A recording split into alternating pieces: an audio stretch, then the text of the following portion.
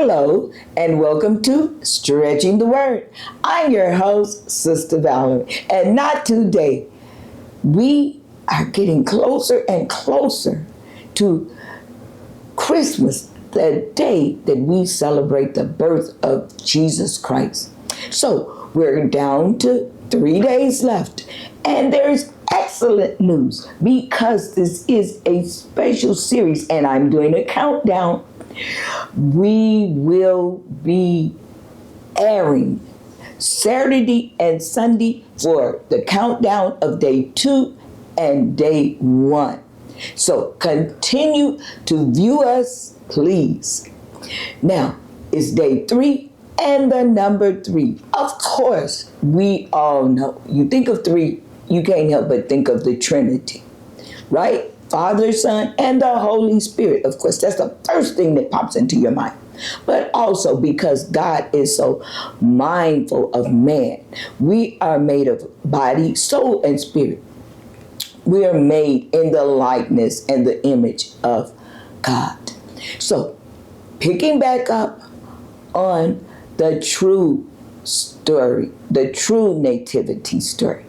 Okay, so now we've at the point Mary has been impregnated by the Holy Spirit. Joseph has been informed by the angel as well as to what's going on. And Joseph was the real man, as we talked about on day 4. He was the real man, and he accepted everything that the Lord said and was obedient. But here on day 3, here we go. It's always something. Right. So, all of a sudden, King Augustus thinks he wants everybody to go to their hometown so that they can be counted. Well, we know what that means. It was a census. All of a sudden, he wants to take a census. And of course, when you have census, you know what's next. Taxation, right? Same thing. Nothing new under the sun. So, Mary and Joseph, they got to pack up and take, some say, a 5 to 4 day journey. Some say a 4 to 3 day journey. Either way, they say that they would have had to more or less walk most of the way for at least 8 to 8.5 hours a day. Now, we as women, we know how it feels to carry a child, and here you are in your last trimester, and here you are, you know, some of us are sitting out here when we get pregnant. Some of us, you know, we had that nice little budge or that nice little round ball. But either way, we not doing no 8.5 hours worth of walk.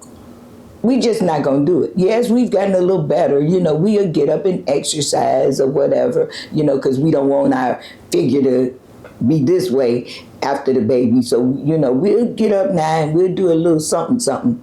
But we're not doing no 8.5 hours worth of walking or no type of exercise. But this was what he declared and decreed. And of course, you know, he thought he was doing something. He thought it was all about him. It wasn't. This had already been written. You think so? Let's go to Micah, the 5th chapter, verses 2 through 3. Okay?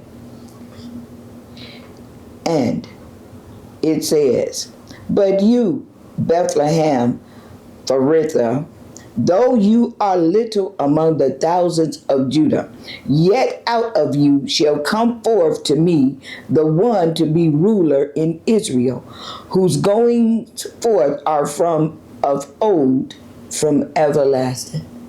See, this was already in the plan of God. This was already in the will of God. You know, man, and which includes women, you know, sometimes we think it's us with the bright idea.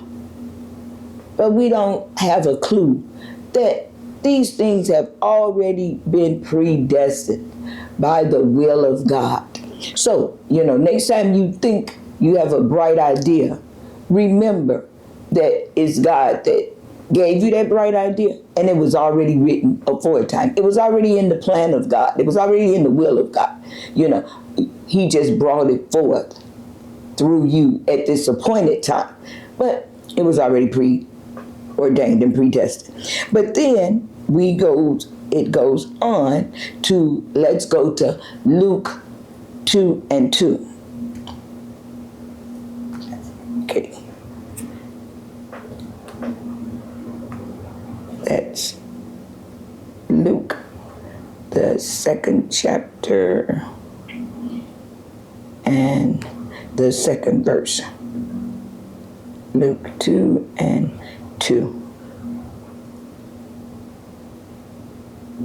We'll start at 1, just to back it up. It says, "Now it came about in those days that an order went out from Caesar Augusta that there was to be a numbering of all the world." Like I said, it came out in those days, but it had already been predestined to be so. This was the first numbering, which was made when Quirinius was ruler of Sidon. Okay, but then jump down to verse 4. It says, "And Joseph went up from Galilee out of the town of Nazareth unto Judea to Bethlehem, the town of David, because he was of the house and family of David, to be put on the list with Mary, his future wife, who was about to become a mother." So that's how they got to Bethlehem. That's why they got to Bethlehem. All because, quote unquote, he thought he wanted to number them. He thought he wanted to tax them. Augustus. But once again, nothing new under the sun, and it was already in the will of God. And ladies, I can say this for myself. Mary was truly favored of God because she was a better woman than me. Because no way would I have been pregnant and walking 8.5 miles a day. That's a correction. She walked 8.5 hours. It said at least 90 miles a day, I believe. But either way, she was a better woman than me and you. Let's keep it real. So we do appreciate Mary for that journey.